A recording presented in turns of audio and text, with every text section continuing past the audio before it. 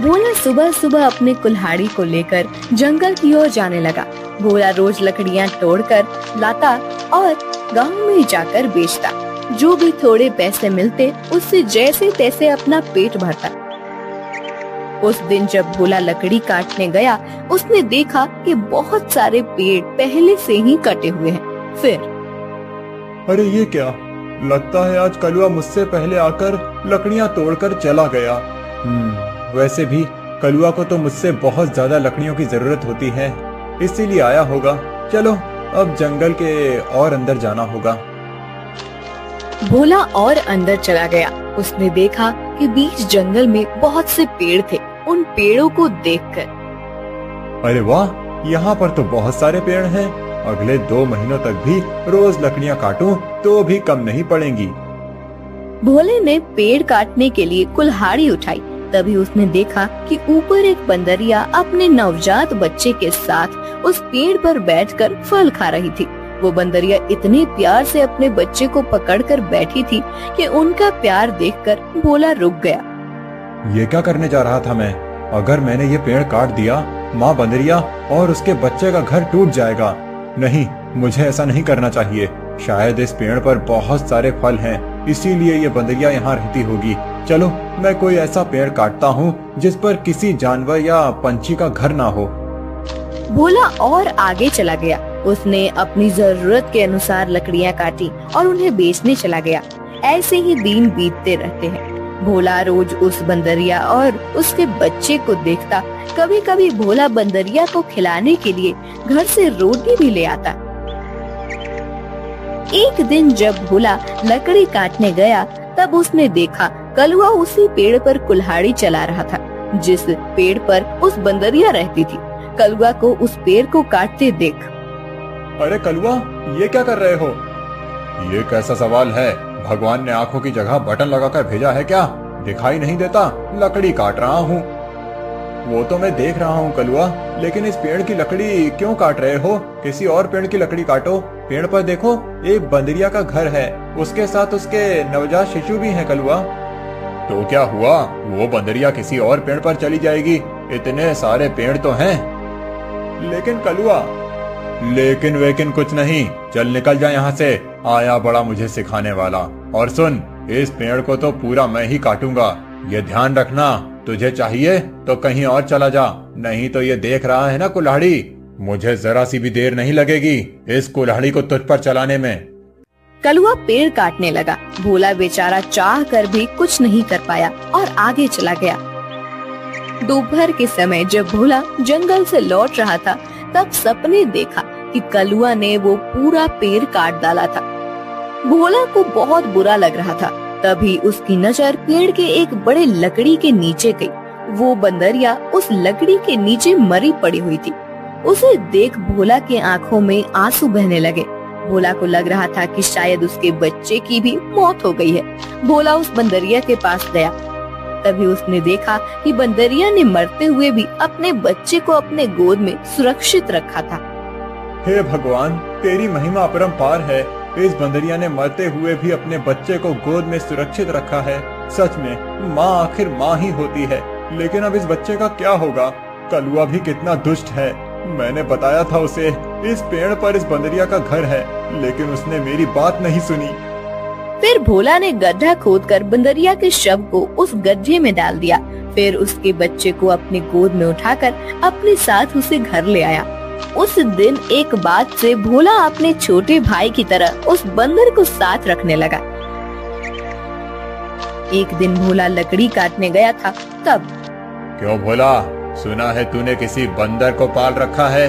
अरे खुद का पेट तो तुझसे भरता नहीं, अब उस बंदर को क्या खिलाएगा? वो वही बंदर है कलुआ, जिसकी माँ के तुम हत्यारे हो। मैंने तुम्हें कहा था कि उस पेड़ पर उस बंदरिया का घर है, फिर भी तुमने वो पेड़ काट दिया। वो बंदरिया पेड़ से गिरकर मर गई, इसीलिए मुझे इंसानियत के नाते उस बंदर को अपने साथ ले जाना पड़ा। अगर मैं उसे नहीं ले जाता तो इस जंगल में ऐसे ही उसकी मौत हो जाती। हाँ तो तू बड़ा दयावान है ना। सारी दुनिया की इंसानियत और अच्छाई एक तुझ में ही भरी हुई है ना। कलुआ, मेरी तुमसे विनती है कि आगे से तुम कोई भी पेड़ काटते समय थोड़ा ध्यान दो कि किसी जानवर पंछी का घर न टूटे। ए भोला, मैंने पहले भी एक बार तुझसे कहा था कि तू मुझे मत सिखा। जब तूने कुल्हाड़ी हाथ में लेना सीखा था ना, उसके कई साल पहले से मैं लकड़ी काट रहा हूँ। तू कौन होता है मुझे सिखाने वाला? रुक, तुझे अभी मजा चखाता हूँ। ऐसा कहकर कलुआ ने भोला को पीटना शुरू कर दिया। उसे पीटने के बाद भोला को उसने चेतावनी भी दी कि आगे से अगर वो इस गांव में लकड़ी काटने के लिए आएगा तो उसे अपनी जान से हाथ धोना पड़ेगा। बेचारा भोला घर आ गया और बंदर से बात करने लगा। चलो दोस्त, अब इस गांव से हमारा दाना पानी उठ गया है। उस कलुआ ने मुझे पीटकर साफ साफ चेतावनी दे दी है। अब अगर जान बचानी है तो इस गांव को छोड़कर जाना ही बेहतर होगा। चलो, हम कहीं और जाकर हमारी अपनी दुनिया बसाएंगे। भोला बंदर को अपने कंधे पर बिठाकर गांव से कहीं दूर जाने के लिए निकल गया। दिन बीत रहे थे और भोला दर बदर भटकते हुए काम की तलाश कर रहा था। ना तो उसे काम मिल रहा था और ना उसके रहने का कोई ठिकाना था। जैसे तैसे अपने लिए और बंदर के लिए वो एक वक्त का खाना जुटा पा रहा था। एक दिन ऐसे ही वो थक कर एक पेड़ के नीचे बैठा हुआ था। बंदर उसकी गोद में सोया हुआ था। तभी वहाँ एक योगी बाबा आए। प्रणाम योगी बाबा। कल्याण हो पुत्र। एक बात बताओ, तुम इस बंदर को ऐसे गोद में लेकर क्यों बैठे हो? बाबा, इसने अपनी माँ को खो दिया है। इसका इस दुनिया में कोई नहीं है, इसीलिए मैं इसे अपने साथ अपने घर ले आया था। लेकिन हमारे गांव के एक गुंडे की वजह से मुझे गांव छोड़ना पड़ा। अब मैं काम और सर पर छत ढूंढते हुए दर दर भटक रहा हूँ। पुत्र, तुम्हारा हृदय सच में कोमल है। तुमसे किसी का भी दुख नहीं देखा जाता। तुमने इस अनाथ बंदर की जिम्मेदारी लेकर इसे एक परिवार दिया है। तुम अगर चाहो तो मेरे साथ मेरे आश्रम में रह सकते हो। मेरे आश्रम में मेरे कुछ शिष्य रहते हैं और कई बार कितने साधु भी आते हैं। उनके भोजन और रहने की व्यवस्था की जिम्मेदारी अगर तुम उठाओ तो मुझे बहुत आनंद होगा। ये तो मेरी खुशनसीबी है बाबा। मुझे आपके साथ रहने में सचमुच खुशी होगी। लेकिन बाबा, मेरा ये बंदर भी मेरे साथ आएगा। मैं इसे कहीं नहीं छोड़ सकता। हाँ पुत्र, तुम इसके साथ आ सकते हो। भोला बाबा के साथ उनके आश्रम चला गया। भोला अब योगी बाबा के आश्रम में सफाई, भोजन व्यवस्था, हवन की सामग्री ले आना, बाबा जी के शिष्यों की सहायता करना, ऐसे सारे काम करने लगा। भोला का बंदर हमेशा उसके साथ रहता था। योगी बाबा भोला का काम और उसकी काम के प्रति निष्ठा देखकर खुश थे। बाबा हमेशा अपने बाकी शिष्य और साधुओं से भोला की तारीफ करते थे। बाबा जी का एक शिष्य था मानिक, जो भोला की तारीफ से बहुत जलता था। उसे लगता था कि भोला तो एक साधारण लड़का है, फिर भी बाबा जी उसकी बड़ी तारीफ करते हैं। जबकि मैं इतनी पढ़ाई करता हूँ, वेद पाठ करता हूँ, फिर भी बाबा जी को मेरी कोई अहमियत नहीं है। एक दिन, माणिक भैया, ये लीजिए, आपके लिए ये ताजे फल लेकर आया हूँ। भोला, आजकल तुम ज्यादा आलसी हो चुके हो। तुम्हें ज्यादा खाना ना पकाना पड़े, इसीलिए तुम ये फल लेकर आते हो। ऐसी बात नहीं है भैया, वो बाबूजी ने आज सबको फलहार करने को कहा है, इसीलिए मैं फल लेकर आया था। भोला बात कर ही रहा था कि तभी उसका दोस्त बंदर आया और उसने मानिक के फल खा लिए। अरे अरे, ये क्या? अरे संभालो तुम्हारे इस बंदर को। पूरे आश्रम को सर पर उठाकर रखा है। ये बंदर मेरे फल खा गया। भोला, अभी के अभी इस बंदर को भगाओ इस आश्रम से, नहीं तो मैं योगी बाबा से इसकी शिकायत करूंगा। मानिक भैया, मैं आपसे माफी मांगता हूँ और आपके लिए और फल लेकर आता हूँ, लेकिन मेरे इस भाई को मैं अपने से अलग नहीं कर सकता। मानिक को भोला पर बहुत गुस्सा आया। उसने योगी बाबा से भोला की शिकायत की, लेकिन बाबा जी ने भोला का पक्ष लेकर मानिक को ही सुना दिया और ध्यान मग्न हो गए। आज तो हद हो गई। इसकी वजह से गुरुजी ने मुझे डांटा। इसका कुछ करना ही पड़ेगा, लेकिन इस तरह कि मेरा नाम कहीं न जाए और इसकी छुट्टी हो जाए। कुछ दिन के बाद योगी बाबा को उस गांव के राजा ने अपने राजमहल में आने का आमंत्रण दिया। योगी बाबा अपने शिष्यों के साथ भोला को लेकर राजमहल चले गए। राजा ने उनकी बड़ी आओ भगत की। 2 दिन राजमहल में रहने के बाद सब आश्रम लौट गए। फिर 2 दिन के बाद राजा अपने कुछ दास और प्रधान के साथ आश्रम आए। क्षमा करें बाबूजी, यहाँ आकर आपको कष्ट दे रहा हूँ, लेकिन बात ही ऐसी है कि मुझे स्वयं आपकी भेंट लेने आना पड़ा। कोई बात नहीं, आपके आने का कारण बताइए। समझ नहीं आ रहा कैसे कहूँ बाबूजी, 2 दिनों से हमारी महारानी का नवलखा हार कहीं गुम हो गया है। समझ नहीं आ रहा कि कहाँ गायब हो गया। साफ साफ बताइए कि आप क्या कहना चाहते हैं। क्या हमारे जाने के बाद से वो हार गुम हुआ है? सच कहूँ तो हाँ। मतलब हम में से किसी ने वो हार चुराया है, ऐसा कहना है आपका? नहीं बाबूजी, मैं आप पर शक करने का पाप नहीं कर सकता, लेकिन महारानी की वजह से मुझे यहाँ पर आना पड़ा। महाराज, आपके यहाँ आने की वजह से मुझे कोई आपत्ति नहीं हुई, लेकिन मैं अपने सारे शिष्यों को अच्छे से जानता हूँ। मेरे शिष्यों में से कोई भी चोरी जैसा पाप नहीं कर सकता। फिर भी अगर आपको तसल्ली ना हो तो आप सबकी तलाश ले सकते हैं। राजा के साथ आए हुए दासों ने सबकी तलाशी ली। तब उन्हें भोला की झोली में वो 9 लखा हार छुपाया हुआ मिला। वो भोला को पकड़कर ले गए। छोड़ो मुझे, मैंने कुछ नहीं किया है। बाबूजी, मैं सच कह रहा हूँ, मैंने चोरी नहीं की। भोला, तुमने चोरी की है? मैं सोच भी नहीं सकता था कि तुम इतनी गिरी हुई हरकत कर सकते हो। नहीं नहीं मालिक भैया, मैं सच कह रहा हूँ, मैंने कुछ नहीं किया। मैंने उस हार को देखा भी नहीं था। बाबूजी, ये लड़का रंगे हाथों पकड़ा गया है। अब मैं कुछ नहीं कर सकता। मुझे इसे सजा दिलाने के लिए महल लेकर जाना होगा। बाबूजी, मुझे बचा लीजिए, मैंने सच में कुछ नहीं किया। आप मुझे जानते हैं, मैं चोरी के बारे में सोच भी नहीं सकता। बुरे से बुरे वक्त में भी मैंने चोरी नहीं की, तो अब क्या करूँगा? मेरा विश्वास कीजिए। राजा के दास भोला को ले जाने लगे। तभी उनके पीछे से आवाज आई, रुकिए, मेरे भाई ने चोरी नहीं की है। सबने पीछे मुड़कर देखा। भोला का बंदर पीछे खड़ा होकर बोल रहा था, महाराज, मेरे भाई ने चोरी नहीं की है। ये हार किसी ने जानबूझकर उसके झोले में डाला है। ये क्या, एक बोलने वाला बंदर? हाँ, मैं एक बोलने वाला बंदर हूँ। मेरे बचपन से लेकर भाई मुझसे बात करते आए हैं। ये रोज मुझसे ढेर सारी बातें करते हैं। उन्हें बोलते हुए देख और उनकी बातें सुनकर ही मैंने बोलना सीखा है। मैं दावे के साथ कह सकता हूँ, मेरे भाई ने चोरी नहीं की है। अच्छा, तो तुम दावे के साथ कह रहे हो, तो तुम्हें ये भी पता होगा कि ये हार जानबूझकर इसकी झोली में किसने डाला? हाँ, मुझे पता है। इस माड़िक ने मेरे भाई के झोले में वो हार डाल दिया था। क्या तुम सच बोल रहे हो? नहीं नहीं बाबूजी, ये झूठ बोल रहा है। मैंने सच में चोरी नहीं की है। तुम्हारी लड़खड़ाती हुई जुबान ने सब सच कह दिया है माड़िक। मैं कभी सोच ही नहीं सकता था कि तुम ऐसा करोगे।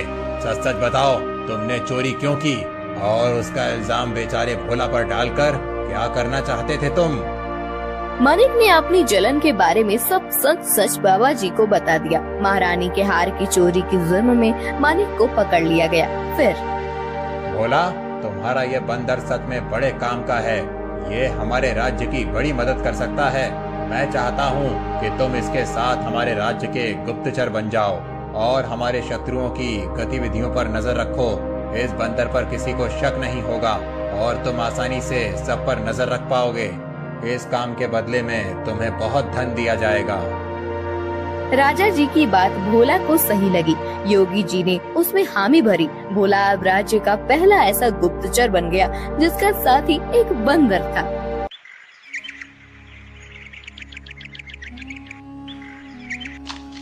रूपा अपना पिज्जा का ठेला लेकर जा रही थी। ले लो, गरम पिज्जा ले लो, वेज पिज्जा, चीज पिज्जा ले लो।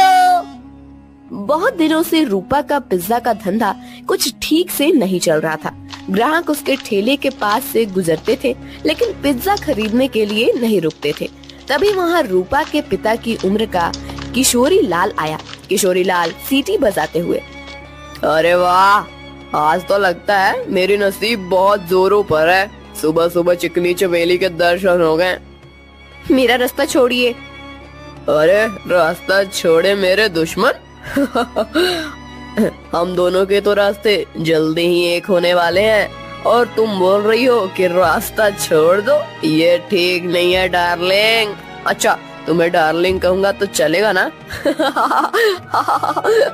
वो क्या है ना, मैंने सुना है कि आजकल की लड़कियां को डार्लिंग, जानू बच्चा, ऐसे सब सुनना अच्छा लगता है। तुम बताओ मैं तुम्हें क्या कहकर पुकारूं? कोई जरूरत नहीं है मुझे किसी भी नाम से पुकारने की, जाने दीजिए मुझे। रूपा रास्ता बदलकर जाने लगी। तभी किशोरी लाल ने रूपा का हाथ पकड़ लिया। छोड़ो मेरा हाथ, छोड़ो। अपनी बेटी की उम्र की लड़की का हाथ पकड़ने में शर्म नहीं आती तुम्हें किशोरी लाल? किशोरी लाल नहीं, सुनिए जी कहकर बुलाओ मुझे, और मुझे शर्माने की जरूरत नहीं है। शादी होने वाली है हमारी। तुम्हारी उस जुआरी बाप ने मुझसे कर्जा लिया था, कर्जा नहीं चुका पाया, इसलिए अपना घर उसने मेरे नाम पर दिया। ये तो मेरी रहमत समझो कि मैंने तुम लोगों को घर से बाहर नहीं निकाला। ये करके भी वो रुका नहीं, फिर से जुआ खेलने के लिए मुझसे पैसे लिए और कहा कि अगर पैसे नहीं चुका पाया तो मेरी बेटी से शादी कर लेना। अब एक तो तुम्हारे बाप को कहो कि मेरे पैसे लौटाए, नहीं तो तुम मुझसे शादी करने के लिए तैयार हो जाओ। हाँ। रूपा मायूस होकर घर चली आई। उसने अपनी माँ भारती को रोते हुए सब बात बता दी। तभी रूपा के पिता, अरे सही तो कह रहे थे सेठ, तुम्हारे तो नसीब खुल गए हैं कि इतने अमीर आदमी से तुम्हारी शादी होगी। नहीं बापू, मैं इतने बड़े आदमी से शादी नहीं करूंगी, चाहे कुछ भी हो जाए। और माँ, आज के बाद मैं नहीं जाऊंगी पिज्जा का ठेला लेकर। रूपा अंदर जाकर रोने लगी। अगले दिन से भारती पिज्जा बेचने जाने लगी। कुछ दिन हो गए, लेकिन फिर भी जितनी जरूरत थी उतना धंधा नहीं हो रहा था। भारती बहुत परेशान हो गई थी। दिन भर पूरे गांव में घूमने के बाद रात को भारती घर जा रही थी। वो एक जगह पर बैठ गई। हे भगवान, और कितनी परीक्षा लोगे हमारी। इतनी मेहनत करके भी पैसे हाथ में नहीं आते। पति है जिसे जुआ खेलने से फुर्सत नहीं मिलती। एक लौती बेटी है, इतनी रूपवती है, लेकिन उसके पीछे वो किशोरी लाल पड़ा है। मेरी बेटी को उस किशोरी लाल के चंगुल से कैसे बचाऊं? पता नहीं ये पिज्जा का धंधा क्यों चल रहा है। अगर पैसे नहीं मिले तो क्या करूंगी? भारती अपने आप से बात कर रही थी। तभी उसके पास एक बूढ़ी दादी आकर बैठ गई। क्या हुआ बेटी, क्यों रो रही हो? क्या बताऊं अम्मा, मेरे जीवन में इतनी परेशानियां हैं कि क्या कहूं। भारती ने अपनी राम कहानी बूढ़ी अम्मा को बताई। बेटा ये लो, कल से तुम ये मसाला डालकर पिज्जा बनाना। देखना, इस जादुई मसाले से जो पिज्जा बनेगा उसका स्वाद के चर्चे दूर दूर तक होंगे। जल्द ही तुम्हारी सारी परेशानियां दूर हो जाएंगी। भारती को वो मसाला देकर बूढ़ी अम्मा गायब हो गई। अगले दिन भारती ने उस जादुई मसाले से पिज्जा बनाया। अरे वाह माँ, आज तो पिज्जा की खुशबू बहुत अच्छी आ रही है। मैं एक खाकर देखूं? वाह माँ, ये तो सच में बहुत अच्छा बना है। कैसे बनाया तुमने ये? इसमें कुछ अलग डाला है क्या तुमने? हाँ, कल रात को ये थक कर उस पुराने खंडर के पास बैठी थी, तभी वहाँ एक बूढ़ी अम्मा आई थी। मैं बहुत परेशान होकर रो रही थी। तभी उन्होंने मुझे मेरे रोने का कारण पूछा। जब मैंने उन्हें हमारे बारे में सब सच बताया, तब उन्होंने मुझे ये मसाला दिया और कहा कि इसमें पिज्जा में डालकर पिज्जा बनाऊंगी तो पिज्जा का स्वाद बढ़ जाएगा। वही मसाला में डाला है अभी इसमें। क्या? उस खंडर के पास? माँ, तुम्हें पता नहीं वहाँ क्या है? तुम इतनी डर क्यों रही हो? ऐसा क्या है वहाँ पर? अरे माँ, कहते हैं कि वहाँ पर एक बूढ़ी का भूत रहता है। तुम्हें जो बूढ़ी अम्मा मिली थी, कहीं वो वही भूत तो नहीं थी? ये क्या बोल रही हो तुम बेटा? कल मेरी मुलाकात एक भूत से हुई थी, लेकिन उसे देखकर ऐसा लग तो नहीं रहा था। लेकिन माँ, ये तो सोचो कि कोई सामान्य औरत तुम्हें जादुई मसाला कैसे देगी?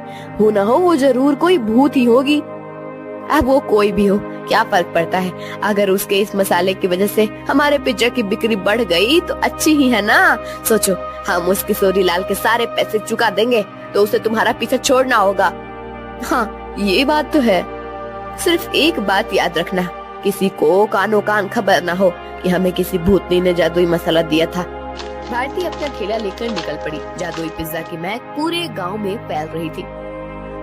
अरे भारती, आज तो बहुत बढ़िया खुशबू आ रही है तुम्हारे ठेले से। जरा एक दो पिज्जा खिलाओ तो। भारती ने लालचंद को गर्मा गर्म पिज्जा सॉस के साथ दिया। लालचंद पिज्जा खाने लगा। अरे वाह क्या स्वाद है, वाह वाह मजा आ गया। भारती क्या खूब पिज्जा बनाया है, आज तुमने सच में दिल खुश हो गया। वैसे तो मुझे ये पिज्जा विज्जा कुछ खास पसंद नहीं है, ये तो सारे नए जमाने के चोचले हैं, लेकिन उसकी सुगंध इतनी अच्छी आ रही थी कि मेरा जी मचल गया। ओह ये लो पैसे, और एक काम करो 4 पिज्जा पैक करके देना, घर पर ले जाता हूँ, बच्चों को बहुत पसंद आया। लालचंद की आवाज सुनकर कुछ और लोग वहाँ आ गए और पिज्जा खरीदने लगे। भारती बहुत ज्यादा खुश हो गई क्योंकि आज उसकी बोनी ही एकदम बढ़िया हो गई थी। कुछ देर के बाद भारती गांव से होकर कॉलेज पर चली गई। कॉलेज के बहुत सारे बच्चों ने पिज्जा खरीदा। दोपहर तक सारे पिज्जा खत्म हो गए। भारती घर आ गई। माँ इतनी जल्दी आ गई आज?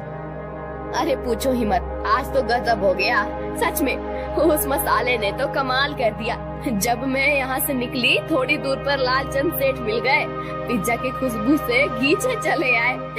2-3 पिज्जा खा लिए उन्होंने और 4 पैक करके घर ले गए। इतनी तारीफ कर रहे थे पिज्जा की कि क्या ही बताऊं। उनकी आवाज सुनकर कुछ और गांव वाले आए और उन्होंने भी पिज्जा खरीद लिया। आज तो बहुत अच्छी बोनी हो गई थी। फिर मैं कॉलेज पर चली गई। वहाँ भी बच्चों की खाने की छुट्टी हुई थी, क्या कहते हैं उसे, हाँ रिसेस। बहुत से बच्चे बाहर आए और पिज्जा लेकर चले गए। सारे पिज्जा खत्म हो गए। अरे वाह, मतलब भूतनी ने दिए हुए मसाले ने आपका काम कर दिया। माँ अगर रोज ऐसे ही पिज्जा की बिक्री होने लगी तो बहुत जल्द हम सारा कर्जा चुका देंगे। हाँ बेटा ऐसा ही होगा।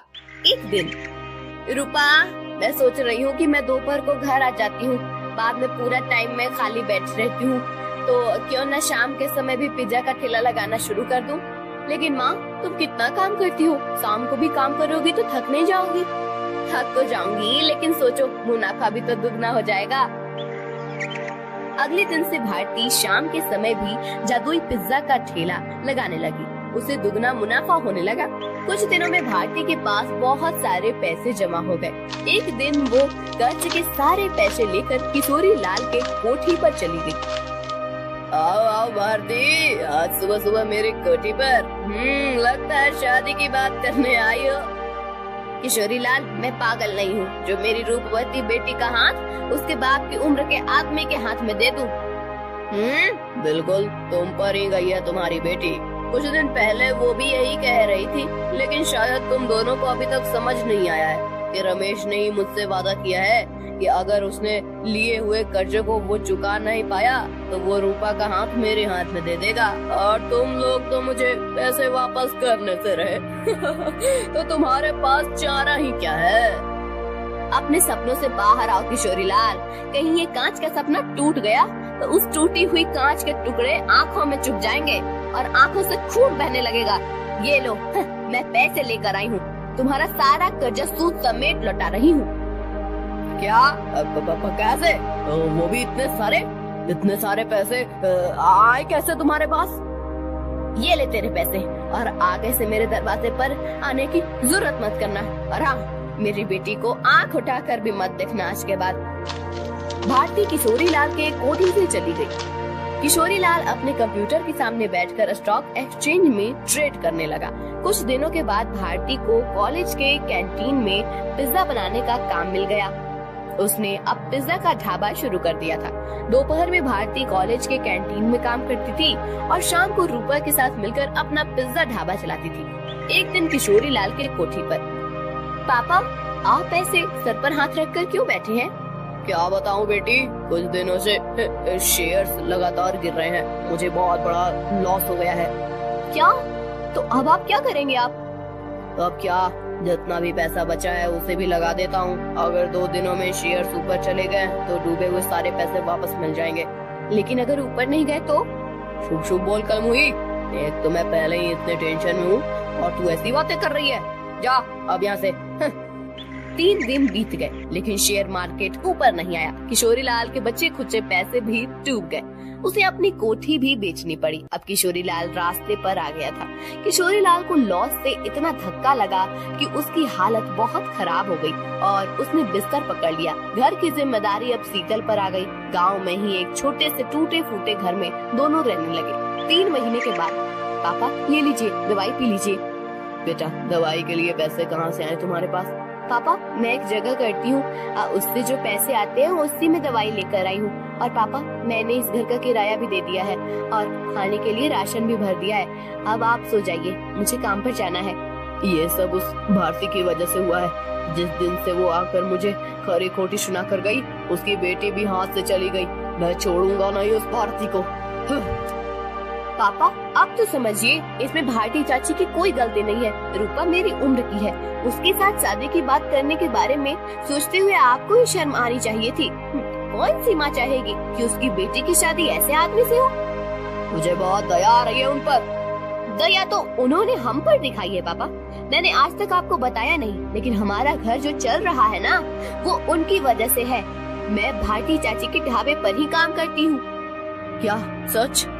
हाँ पापा, आपने उनके साथ इतना बुरा किया, उनका घर ले लिया, फिर भी उन्होंने हमारे बुरे वक्त में हमें सहारा दिया है। किशोरी लाल शीतल की बात सुनकर हक्का बक्का रह गया। उसने भारती को घर बुलाकर माफी मांगी। रूपा से बदतमीजी करने के लिए रूपा से भी माफी मांगी। शीतल भारती के साथ काम करते हुए पैसे कमाने लगी और धीरे धीरे उनकी भी जिंदगी सुधर गई।